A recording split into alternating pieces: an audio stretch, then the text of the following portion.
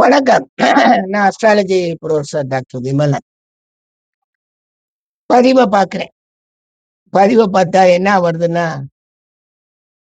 இந்த மாரி 27 நட்சத்திரங்களுக்கு உரிய சித்தர்கள் அப்படின்னு சொல்றாங்க. அன்பு நண்பர்களே, உங்களை வேண்டி கேட்டுக்கிறேன். மன பயத்தை தூண்டிவிட்டு, அந்த பயத்தின் அடிப்படையில் நீங்கள் இவரை வணங்கினால் சரியா இருக்கும் சொல்றது, அந்த மனதில் அவங்கள வணங்கிட்டு வந்த பின்னாடி பழையபடி அதே துயரம் நம்மளை கண்டினியூவா போய்கிட்டு இருக்கிறதுனால நம்ம யார குற்றம் சொல்லுவோம்? நீங்களே சொல்லுங்க. நான் ஆன்மீகத்தின் எதிரி. அவர் கோயில் குளம் அதெல்லாம் கிடையாது. நான்லாம் பெருமாள் பக்தர். என் கூட நெருங்கி இருக்கிறவங்களுக்கு தான் தெரியும். நான் பெருமாள் கோயில் ஒன்னையும் விடுறது கிடையாது. எல்லா திவ்ய தேசங்களுக்கும் போய்கிட்டே இருக்கிறாங்க. அது ஒரு பக்கம் இருக்கட்டும். இங்க என்ன அப்படின்னு கேட்டீங்கன்னா, 27 நட்சத்திரக்காரங்கள் போய் இந்த சித்தரை கும்பிடுங்க, உங்களுக்கு எல்லாம் சரியாயிருன்னு சொல்லி ஒரு பதிவை போடுறாங்க. அப்ப இடைப்பட்ட காலத்துல ஜோதிடம் அறிவியலா வளரல. ஆன்மீக ரீதியா கொண்டு போய் மக்களை மழுங்கடிச்சு மட்டையாக்கி ஒண்ணும் வணங்க விடுறது முடியலைன்னா என்கிட்ட வாங்க ஒரு பரிகார பூஜையை பண்ணுவோம்னு சொல்லி பணத்தை புடுங்கிறது. இது எல்லாமே நடத்திக்கிட்டு இருக்கக்கூடிய இந்த உலகம், ஜோதிட உலகம் கெட்டு குட்டிச்சவரா போயிருக்கு. நான் நெத்தியில குங்குமம் பெருசா வைக்கிறது கிடையாதுங்க. இப்ப எல்லாம் நான் வச்சுட்டு வரேங்க. என்ன காரணம் அப்படின்னா, அப்பதான் நீங்க என்னை ஒருத்தர்லாம் சொல்றாரு, ஜோசியருக்கு நெத்தியில ஒண்ணுமே இல்லை அப்படின்னு. சரி, ரைட்டு, எல்லாருக்காகவும் வைப்போம். எனக்கு அதுல ஒண்ணும் நஷ்டம் கிடையாது. நான் கடவுளை ஏற்றுக்கொண்ட ஆளுங்க. இந்த வழிபாடுகள், சாத்திரங்கள், தத்துவங்கள், ஆகமங்கள்ன்றதான் நான் வேறுபட்டுருவேன். போங்க அப்படின்ட்டுவேன். அன்னைக்கு நீங்க வழிபட்ட கோயில் வழிபாடா இன்னைக்கு இருக்கு? காலையில 5 மணிக்கு திறந்தா, ஏன் குருவாயூர்ல 3 மணிக்கு திறந்துடுறாங்க. 2:30க்கு மூடுறாங்க, திரும்பி 3:30க்கு திறந்துடுறாங்கன்றப்ப மக்கள் அவ்வளவு தூரம் விரும்புறாங்க இறைவனை. போய் கும்பிட்டு போட்டு திறக்கிறாங்க. ஆகமம் அதெல்லாம் சொல்லாது, அது வேற மாதிரி சொல்லும். சரி, நமக்கு எதுக்கு அதுக்குள்ள போய்கிட்டு? மக்கள் பயப்படுறாங்க, இறைவனை போய் பார்க்கிறாங்க. அதுல அவங்களுக்கு திருப்தி அடையுதுங்கிறப்ப ரொம்ப பெரிய விஷயம். இறைவனை கண்டுபிடித்ததுல மிகப்பெரிய விஷயமே மக்கள் நொந்து போயிட்டு இருக்க மக்களுக்கு ஒரு ஆறுதல் அங்கதானே கிடைக்குது. கார்ல் மார்க்ஸ் வேணா சொல்வார், ரிலிஜன் இஸ் அன் ஓபியம் அப்படின்வாரு. இருந்தாலும் இன்னைக்கு அப்படி கிடையாது. இன்னைக்கு மக்கள் எல்லாம் வெளியே வந்துட்டாங்க. அவர் வாழ்ந்த காலம் 18ஆம் நூற்றாண்டுல இருந்த அமைப்பெல்லாம் இன்னைக்கு கட்டமைப்பு மாறி போய் முதலாளி இருக்காங்க, தொழிலாளி இருக்காங்க, எப்படியோ போறாங்க. ஆனால் ஓரளவு அறிவியல் ரீதியான வளர்ச்சியில நாம ரொம்ப மேம்பட்டு போய் அழகான அறிவுடன் போறோம். ஆன்மீகம் கோயில்களுக்கு போறதுல கூட 100 பேர்ல ஒரு 10 பேர் வேணா ரொம்ப இந்த நிலையில போயிருப்பாங்களே தவிர, அதாவது மன பிறழ்ச்சி நிலையில போயிருப்பாங்களே தவிர, 90 பேர் அழகா வணக்கம் போட்டு வந்துட்டு இருக்காங்க. அது நம்ம பார்க்கிறோம். நல்லாவும் இருக்கு. ஆன்மீகத்தை நம்ம எந்த ஒரு துளி கூட குறை சொல்ல வேண்டிய அவசியமே இல்லை. அது மக்களுக்கு தேவை.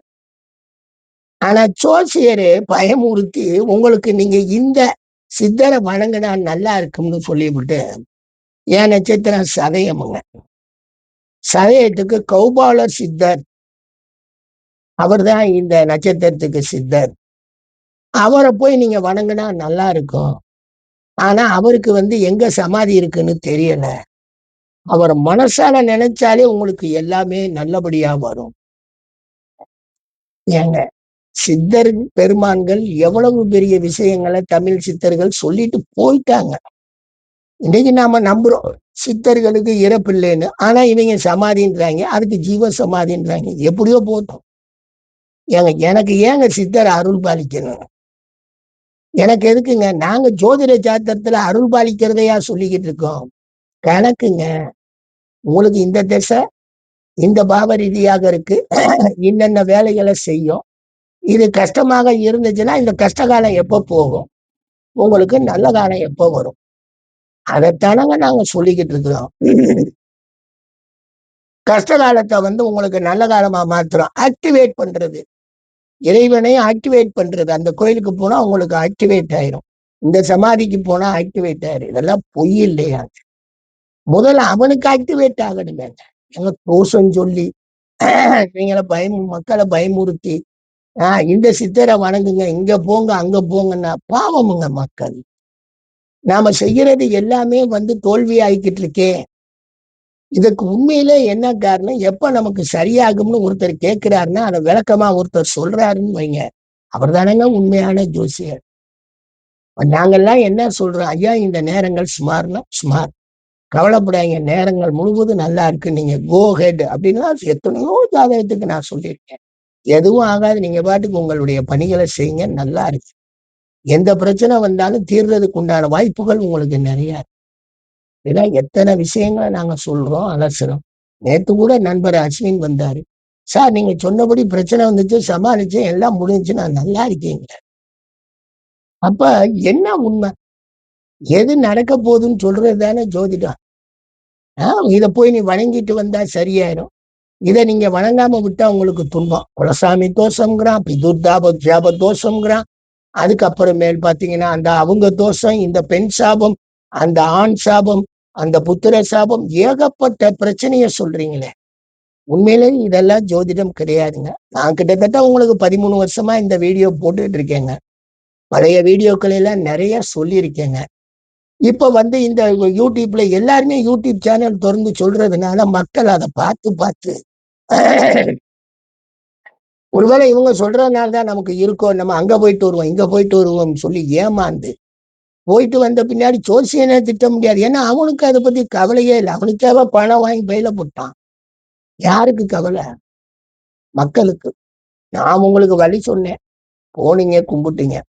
அவருக்கு உங்க மேல விருப்பம் இல்லை போல இருக்கு. உங்களுக்கு நல்லது செய்யல. நீங்க அவரை தான் கேட்கணும். எப்படி தப்பிக்கிறாங்க பாருங்க. ஏன்னா இறைவனை தட்டி கேட்க முடியாதுல்ல. இங்க டயம் எந்த இறைவனுமே நாங்கெல்லாம் போய் கோயிலுக்கெல்லாம் போனோம்னா ஆராய்ச்சிக்காக போற ஆளுங்க. இன்னைக்கும் போறோம் வரோம். ஒரு நாளும் ஒரு வேண்டுதல் செஞ்சது கிடையாது. எனக்கெல்லாம் நாங்கெல்லாம் நீங்க சொல்ற மாதிரி இந்த பிதுரு தர்ப்பணம், அந்த திதி கொடுக்கணும், திவசம், அதெல்லாம் நான் கொடுத்ததே கிடையாதுங்க. எனக்கு அதுக்கு வாய்ப்பே இல்லைங்க. அந்த வேலையெல்லாம் நான் செய்யறதே கிடையாதுங்க. எந்த சாபமும் எனக்கு கிடையாதுங்க. ஏன்னா நான் சாபம் இல்லாத மனிதன். அதனாலதான் முதல் பேராசிரியராக ஜோதிடத்துறைக்குள்ள வந்தேன். நம்ம அழுக்கா இருந்தா நமக்கு அந்த வாய்ப்பெல்லாம் கிடைச்சிருக்காதே. இது எவ்வளவு பெரிய ஆளுங்க, எவ்வளவு பெரிய விஷயம். எல்லாம் போன பின்னாடி கடைசியா சர்த்தா ரைட்டு, நம்ம சரி வாங்க நீங்க எல்லாரும் என்னமாவது பண்ணுங்கன்னு சொல்லி போனாலும் இல்லை, நம்ம கொஞ்சம் உற்பத்தி பண்ணோம். நம்ம அறிவை கொண்டு எல்லாமே செஞ்சோம். டைனமிக் பர்சனாலிட்டிங்க டாக்டர் விமலன் சொன்னவங்க நிறைய பேர் இருக்காங்க. நம்மளை வாழ்த்தாத மாணவர்களே கிடையாது. 1-2 பேர் சொல்றானா அவனுக்கு பொறாம. அவன் என்ன பண்ணுவான் பாவம். எதையும் முறையா செய்யறதுக்கு வாய்ப்பு இல்லாதவங்க அப்படியெல்லாம் போவாங்க, போயிட்டு போறாங்க. அவரவர் ஜாதகத்துல அவரவர் வாழ்க்கை. ஆனா பொதுவாக மக்கள் மேல பயத்தை உண்டு பண்ணி அந்த அச்சத்தின் வழியாக சித்தர்கள் அவங்க எல்லாம் எவ்வளவு பெரிய உண்மைகளை பேசிட்டு போன மகான்கள். அவங்க பேரை சொல்லிக்கிட்டு எனக்கெல்லாம் கிடையாதான், நான் நினைச்சு வணங்க. நான் அந்த மாதிரி எந்த ஒரு அமைப்புமே கிடையாது. எனவே மக்கள் தயவு செய்து இந்த ஜாதகர்கள் இதை வணங்கலைன்னா உங்களுக்கு தோஷம் வரும். இந்த நட்சத்திரக்காரர்கள் இதை வணங்கலைன்னா தோஷம் வரும். இந்த ராசிக்காரர்கள் இதை வணங்கலைன்னா தோஷம் வரும். எல்லாமே பொய்யுங்க. எதுவுமே வணங்க வேண்டி சொல்லி எங்க ஜோதிட சாத்திரத்துல சொல்லலைங்க. பூரா கணக்கு ரீதியாக அவனுக்கு இந்த பாவ தொடர்பு இருந்தால் இப்படி வேலை செய்யும், தசா இப்படி வேலை செய்யும், அது இந்த விம்சோத்திரி 120 தசா வருடங்கள் இப்படி இருக்கும் அப்படின்னு சொல்லிட்டு போங்கன்னு தாங்க சொல்லியிருக்கு. அதை மாத்திர வேலையாக இருந்தால் நாங்க சொல்ற ஜோதிடம் பொய் தானே. நாங்க ஜோதிடத்துல சொல்றோம், இந்த டைமிங் சும்மா இருந்தாங்க பாத்துக்கங்கன்னா, போற வரைக்கும் கொஞ்சம் பொறுமையா இருங்க, அடுத்த நல்ல டைம் வரும்போது நீங்க எந்திரிச்சு நல்லா நில்லுங்கன்னு சொன்னா முடிஞ்சு போச்சுங்க. ஏன்னா நான் அதை மாத்துற மாதிரி சொல்லிட்டேன்னா அப்ப நான் சொன்ன அந்த டயத்தை மாத்திர வேலைங்கிறது பொய்யாயிரும்ல. ஜோதிடம் மருத்துவம் அல்லைங்க. நோய்க்கு மருந்து காணக்கூடிய அமைப்பு ஜோதிடத்துல எங்கேயுமே சொல்லலைங்க. காலந்தாங்க மருந்து, காலம்தான். அந்த காலம், அந்த டைம் போற வரைக்கும் நம்ம வெயிட் பண்ணணும். தசா சங்கடமா இருந்தா, புத்தி கொஞ்சம் சுமாரா இருந்தா அந்த காலம் கொஞ்சம் நல்லா இருக்கும். அதை விட அந்தரம், அதை விட சூட்சுமா, அவ்வளவுதான். ஆனா மேக்சிமம் தசா அது நல்லா இருக்கிற பாவங்கள் நல்ல தொடர்புனா நம்ம பாட்டு போய்கிட்டு தானங்க இருக்கோம். ஜோதிடம் மருந்து கிடையாதுங்க. தயவுசெய்து டாக்டர்கிட்ட போனா மருந்து கொடுக்குறாரு, ஜோசியர் மருந்தெல்லாம் கொடுக்க கூடாதுங்க. காலத்தை தாங்க சொல்லணும். அவர் மருந்து கொடுக்குறாருன்னா அவர் பொய் சொல்றாரு. அவர் 100% பொய் சொல்லக்கூடிய ஜோதிடருங்க. அச்சப்படாதீர்கள் மனிதர்களே. நான் வர்றேன் பப்ளிக் டிவிக்கு வர்றேன். பணம் கொடுத்தாதான் பேசணும்னு பரவாயில்ல. நம்ம இந்த உண்மையில சொல்லணும். ஏன்னா ஜோதிடம் வளருன்னு பார்த்தா ஜோதிடம் 99.99% குப்பையாகி போய் கிடக்கு. சரி, நம்மளால முடிஞ்சதை செய்வோம். நன்றிங்க.